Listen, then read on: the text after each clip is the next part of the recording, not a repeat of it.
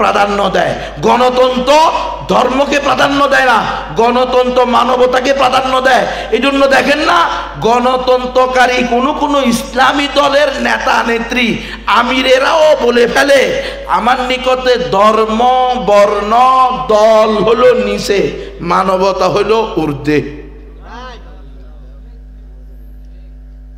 বুঝেন? বুঝলে বুঝেন, না বুঝলে আপনিও কদিন পরে নাস্তিক হবেন।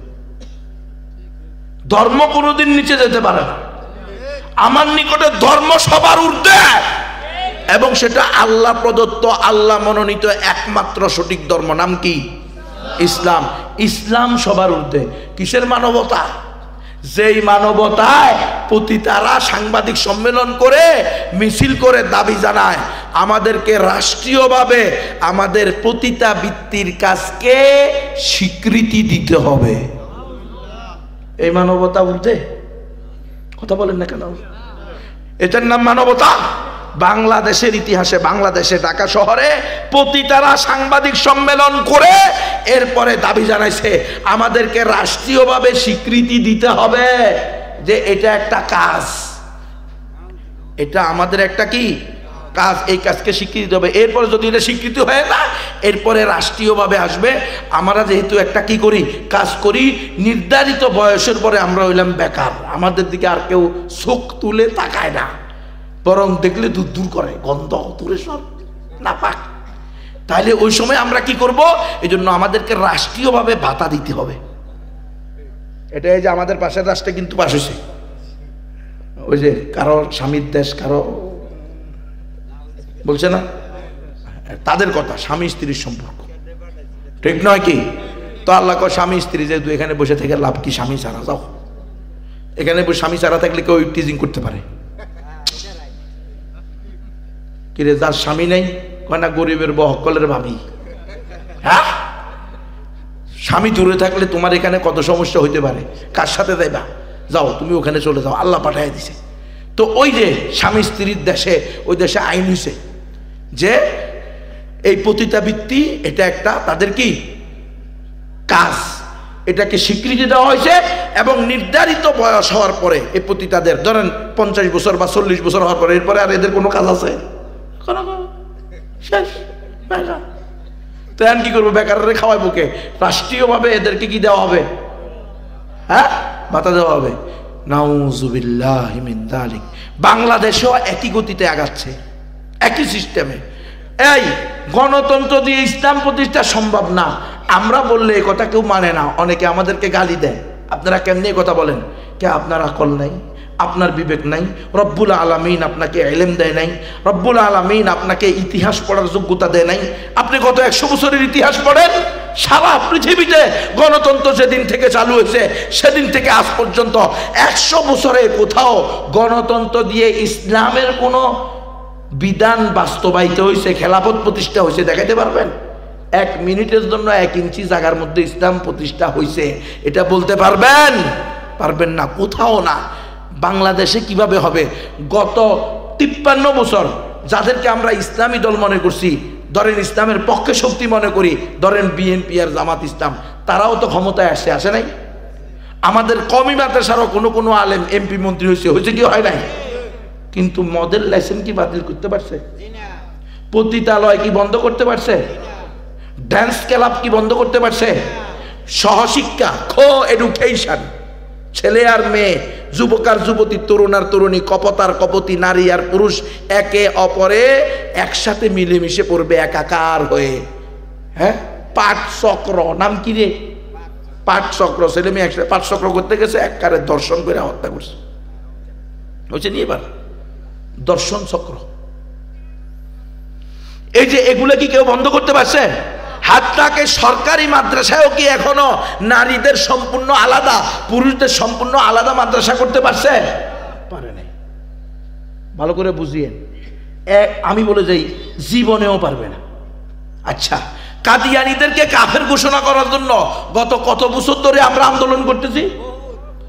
সেই শুরু থেকে আমরা গুলি খাইতেছি, হাফেজ মরতেছে, আলেম মরতেছে, মুফতি মরতেছে। আপনারা সাধারণ মুসলমানরা যারা ইসলামকে ভালোবাসেন, তাওহীদবাদী মুসলমান, তারা মরতেছেন। কত দল আসলো আর গেল, কাদিয়ানেরা কি নিষিদ্ধ হইল? কশ্চিন কালেও হবে না, কারণ গণতন্ত্রের সংবিধানেই এটা নাই। গণতন্ত্রের সংবিধানে আছে সকল ধর্ম, সকল বর্ণ, সকল মত, সকল আদর্শ, সকল দর্শন প্রত্যেকটাকে রেসপেক্ট করতে হবে, সম্মান করতে হবে। নাস্তিককেও সম্মান করতে হবে। নাস্তিক্যবাদ এটা একটা দর্শন না, আদর্শ না, এটাকেও আপনি সম্মান করতে হবে। বিধর্মীদের অন্যান্য সকল ধর্ম, হিন্দু, বৌদ্ধ, খ্রিস্টান, ইহুদি, সব ধর্মকে আপনি সম্মান করতে হবে। তাহলে লিউজহিরাহু আলা দ্বীনি কুল্লি হইব? আরে মুসলমান, ইসলাম একমাত্র সঠিক ধর্ম এ কথাই আপনি বলতে পারবেন না, কারণ গণতন্ত্রের সংবিধানে এই সুযোগ নাই।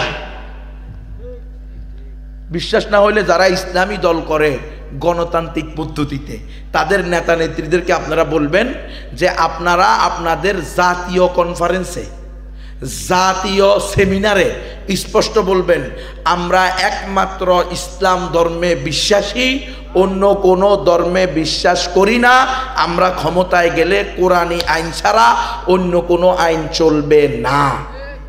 এ কথা আপনাদের দলীয় কিসের ভিতরে? সংবিধানের ভিতরেও লিখবেন, আর রাষ্ট্রীয়ভাবে আন্তর্জাতিক জাতীয় সেমিনারে ঘোষণা দিবেন। আমি বলে গেলাম, কেউ পারবে না,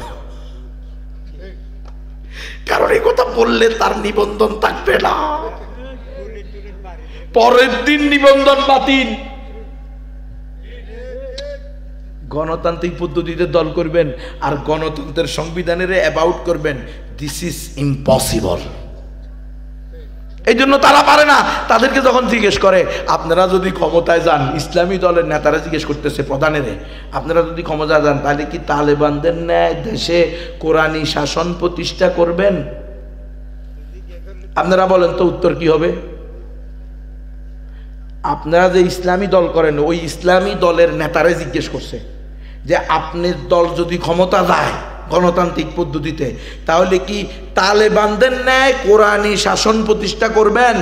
উত্তর কি হবে? আমারও যদি জিজ্ঞেস করতো আমারে, তাহলে আমি বলতাম আল্লাহর কসম, আমার ইসলামী দল যদি ক্ষমতা যায় তালেবানদের চেয়ে 100 গুণ বেশি মজবুতির সাথে কোরআনী শাসন প্রতিষ্ঠা করব। এই সমস্যা কি? তাহলে আমি ইসলামী দল করি কেন? ও ইসলামী দল করি জাতিরে ধোঁকা দেওয়ার জন্য। মুখে বলি ইসলাম চাই, আর ইহুদি খ্রিস্টানদের মিডিয়ায় গিয়ে দাঁড়াইয়া বলি দেখেন ইসলাম হইল শান্তির ধর্ম। ইসলামী দল ক্ষমতায় আসলে সকল ধর্মের লোকেরা শান্তিতে থাকবে। এটা কি উত্তর হয়েছে? এটা হচ্ছে জগা খিচুড়ি মার্কা উত্তর। কি মার্কারে? এটা পরিষ্কার হয় নাই। পরিষ্কার প্রশ্ন, পরিষ্কার উত্তর। আপনারা কি কোরআনী শাসন প্রতিষ্ঠা করবেন? অবশ্যই কোরআনী শাসন প্রতিষ্ঠা করব।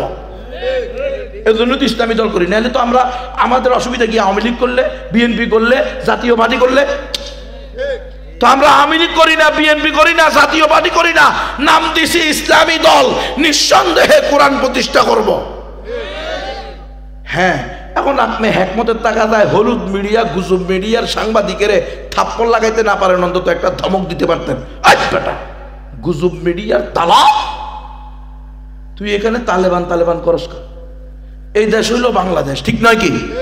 তালেবানের যে একটা বিশেষ গোষ্ঠী, একটা জামাত, আমরা যাদেরকে চিনি মুজাহিদ ফি সাবিলিল্লাহ, আফগানিস্তানের মুজাহিদ না সন্ত্রাসী?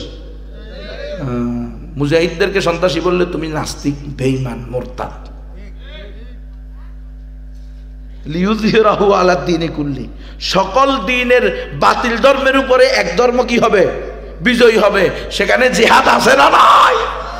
তো আপনি জিহাদের কথা শুনলে এই যে আপনার মুখ দেখা হয়ে যায়, বাংলা পাস হয়ে যায়, গোবরের টুকরি হয়ে যায়।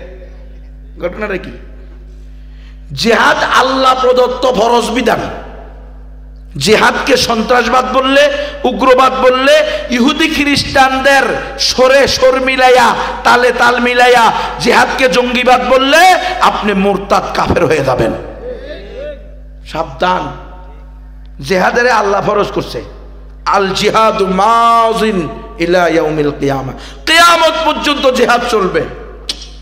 আল্লাহ রাসূলকে আল্লাহ বলছে ইয়া আইয়ুহান নাবিয়্যু হাররিদিল মুমিনিনা আলাল কিতাল, আমার নবী মুমিনদেরকে ওয়াজ করবেন তো জিহাদের ওয়াজ করেন,